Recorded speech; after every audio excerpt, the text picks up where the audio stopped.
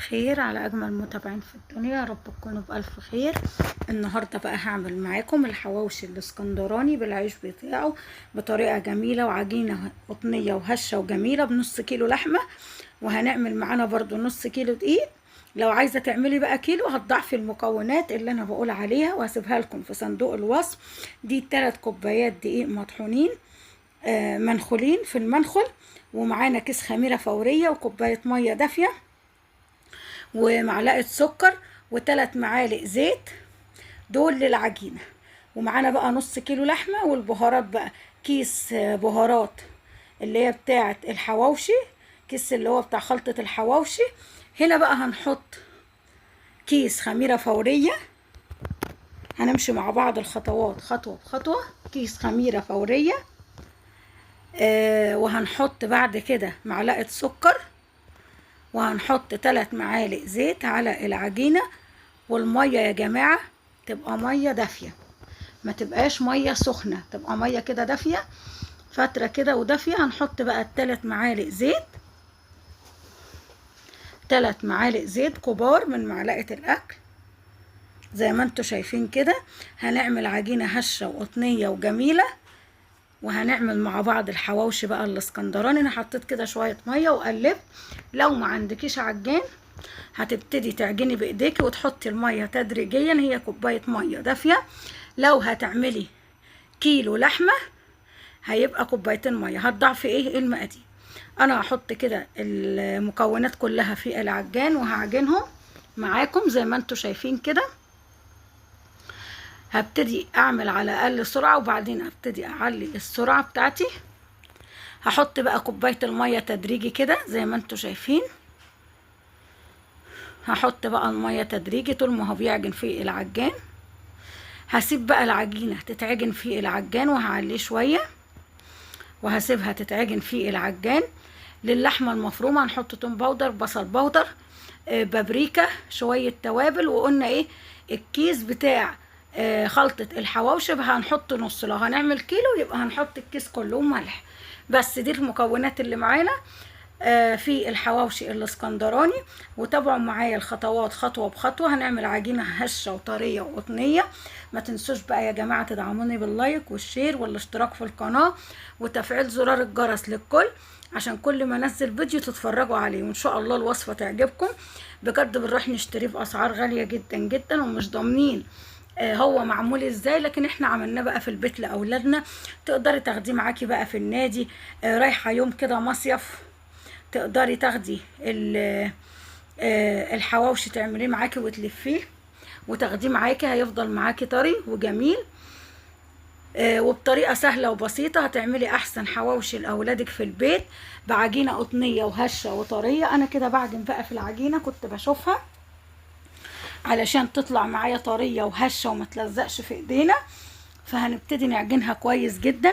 لو انا بقى بعجنها على ايديا افضل اعجن فيها لحد ما تديكي القوام اللي انا هوريه لكم دلوقتي. انا بقى هطلع كده العجينه من العجان بتاعي زي ما انتوا شايفين. بصوا ادي العجينه بتاعتي بقى، بصوا طريه وجميله ومش بتلزق في الايد. بصوا جمالها وحلاوتها، بجد الطريقة هتعجبكم جدا جدا. العجينة دي لما هتخمر هتعمل معانا 7 ل6 فديرات ل6 أرغفة عيش حواوشي. هتعمل معانا من 6 ل7 أرغفة، هتطلع معانا 7 أرغفة حواوشي.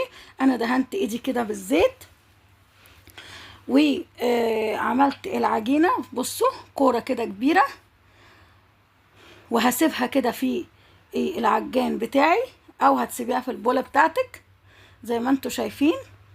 ايدي نظيفه وما فيهاش اي حاجه ولا بتلزق ولا اي حاجه. وهغطيها باسترتش راب، هجيب استرتش راب واغطي بيه العجينه بتاعتنا علشان اسيبها بقى تخمر واركنها على جنب.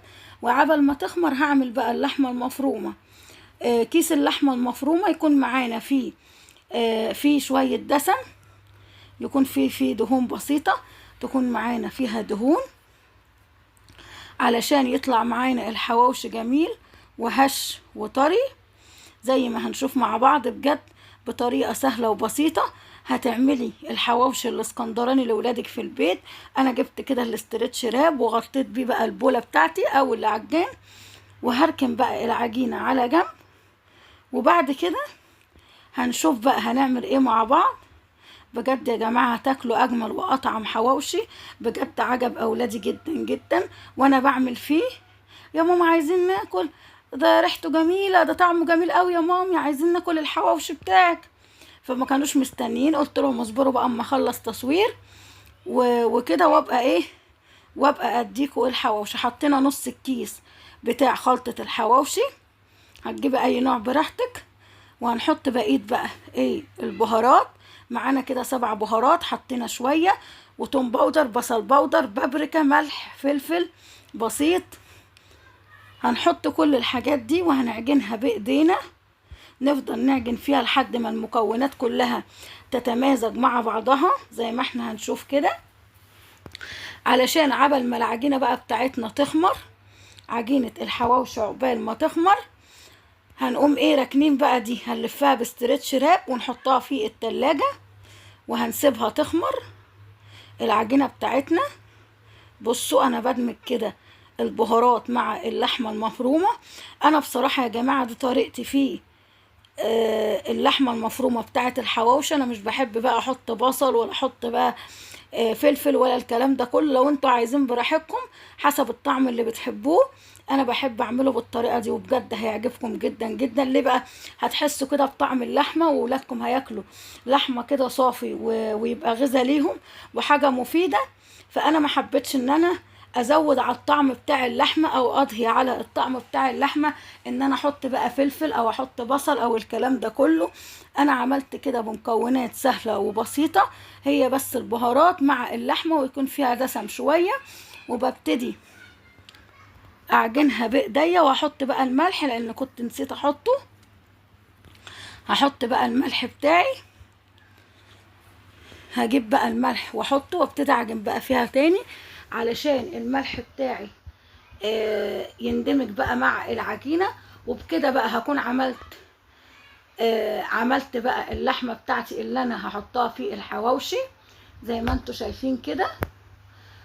وبعد كده بقى بعد ما ايه اعجن فيها شوية حلوين كده بايديا، هقوم حطها بقى في التلاجة، سيبها ترتاح شوية واغطيها باسترتش راب عشان اللحمة ما تنشفش معانا.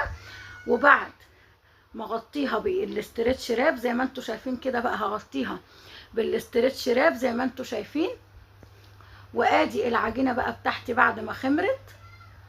العجينة بتاعتي بقى بصوا هشة وطرية، وبصوا ارتفعت قد ايه، بصوا هشة وطرية. هحط في ايدي بقى شوية زيت وابتدي اكور العجينة لكور صغيرة، هعمل 7 كور. هبتدي اطلعها كده من البولة بتاعتي زي ما هنشوف مع بعض. وبطريقة سهلة وبسيطة هتعملي لولادك بقى الحواوشي الاسكندراني في البيت وهيعجبهم جدا جدا وهيعجب جوزك وطعمه جميل جدا. ولو عاملة عزومة بقى في البيت عندك لأهل جوزك او لأهلك هتعمليه كده وتقدميه مع الاطباق اللي انت عاملاها وبطريقة سهلة وبسيطة. هتعملي لولادك اكل صحي في البيت. انا بحاول على قد ما اقدر يا جماعة ان انا اعمل لكم وصفات اقتصادية، وعلى قد نص كيلو لحمة بس هنعمل 7 رغيف حواوشي. لو رحت تجيبيه من بره الرغيف بقى غالي جدا جدا وانتي مش ضمناه، لكن انتي بقى في البيت عاملاه لحمة صافي وانتي جايبة اللحمة وضمناها من عند الجزار وفرمها لك، او لحمة مفرومة جاهزة على طول. فبنقطع بقى ايه العجينة بتاعتنا كده ل7 كور زي ما هنشوف. بصوا العجينة بتاعتنا هنقطعها كده 7 كور زي ما هنشوف مع بعض. هركن بقى اللحمة على جنب وبعد كده هنشوف هنعمل ايه. بجد الطريقة سهلة وبسيطة وهتعجبكم. ودي طريقة الحواوشي الاسكندراني. ممكن تعملي نفس الطريقة بس بالعيش البلدي، يعني تعملي اللحمة بنفس الطريقة كده وتجيبي عيش بلدي وتفتحيه وتحطي فيه وتحطيه بقى في الفرن على الصاج بتاعك في النص، وهيبقى معاكي برضو حواوشي جميل. بس بجد ده طعمه تحفة وجميل جدا جدا وطعمه عجب اولادي وان شاء الله هيعجبكم.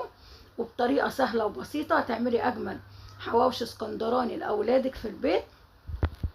انا عارفه ان الفيديو طول معاكم، بس بجد هتستفيدوا جدا جدا. انا قصه منه حاجات كتير علشان انتوا تستفيدوا وما طولش عليكم اكتر من كده.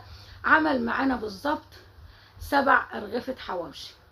هنجيب بعد كده اللحمه المفرومه وهنبتدي نعمل 7 كرات علشان نعمل بيها الحواوشي. وكمان بامانه يا جماعه النص كيلو ده فاض منه لحمه حطيتها في الفريزر في كيس استخدمها لوقت تاني، ابقى اعمل لهم بقى ايه عليها تاني واعمل بقى حواوشي العادي او كده.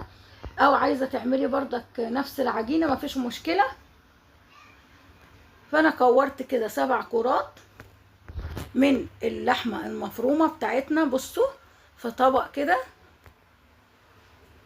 كونت 7 كرات في طبق، وهبتدي اكور الكرات دي معانا عشان هنحطها بقى في العجينه بتاعتنا. احنا حاطين بقى العجينه وغطيناها اهو بستريتش راب علشان تبتدي ترتاح معانا عبال ما نكور بقى اللحمه. ولما نيجي نبتدي يا جماعه نبتدي باول كوره احنا عملناها، باول كوره، وهنلاقي العجينه يعتبر بتخمر معانا تاني كده وترتاح وبتبقى طريه وهشه وجميله زي ما انتوا هتشوفوا كده معانا. بصوا عملنا بقى كرات اللحمه وهنركنها على جنب ونبتدي بقى. بصوا هناخد بقى اول عجينه احنا عملناها. بصوا هنبتدي كده نبططها على الرخامه بتاعتنا ونحط فيها كوره اللحمه. ده هنعمله على البوتاجاز من فوق بطريقه بقى سهله وبسيطه. اهم حاجه هنحط طاسه تكون تيفال ما بتلزقش على البوتاجاز. لو انت عندك صاج وعايزه تحطيه في الفرن ممكن تعمليهم كلهم وتغطيهم، وبعد كده تجيبي الصاج وتدهنيه، ولما يحمر من تحت على الصاج هتحطيه في الفرن في النص على الشبكه اللي في النص، وبعد كده ترجعي تقلبيه لما يحمر على الوش على القعر هتقلبيه. لكن دي طريقه سهله وحلوه. انا حاطه طاسه على النار فيها زيت وطاسه تيفال تكون ما بتلزقش يا جماعه، حطها على النار وهبتدي احط فيها الحواوشي بتاعي. بس هوطي بقى عليها عشان احنا عندنا هنا اللحمه مش مستويه. لو علينا النار العيش بتاعنا هيستوي ويتحرق واللحمه هتكون ما استوتش. فاحنا هنوطي النار على الحواوشي بتاعنا، هنخليه نار متوسطه زي ما هتشوفوا دلوقتي.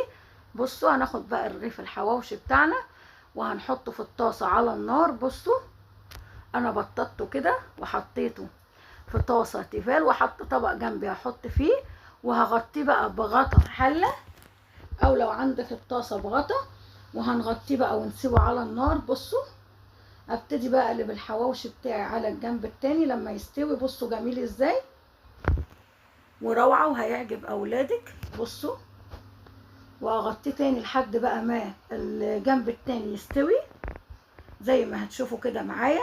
عملت بقى كل الكميه وغطيتها بغطا علشان ما تنشفش معاكي طول ما انت شغاله تغطي الحواوشي. عمل لي 7 أرغفة زي ما انتوا هتشوفوا كده، وهتشوفوا قد ايه طالع هش وطري وجميل وهيعجب اولادك بجد يا جماعه. بقى عايزاكم ما تنسوش بقى اللايك الدعم بتاعي والاشتراك في القناه لو انت يا حبيبه قلبي مش مشتركه عندي، عشان بجد وجودكم معايا في القناه بيفرحني وبيخليني ان انا انزل لكم بفيديوهات ان شاء الله باستمرار. بصوا العجينه عامله ازاي والعيش بتاعنا طالع طري وجميل ازاي.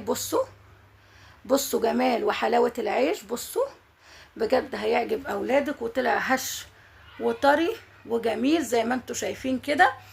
ده الحواوشي الاسكندراني وبطريقه سهله وبسيطه. هسيب لكم كل المقادير بقى في صندوق الوصف والطريقه، اللي حابب يرجع للمقادير والطريقه. وان شاء الله يا رب بالف هنا وشفا على قلوبكم. بحبكم جدا يا اجمل متابعين في الدنيا. باي باي.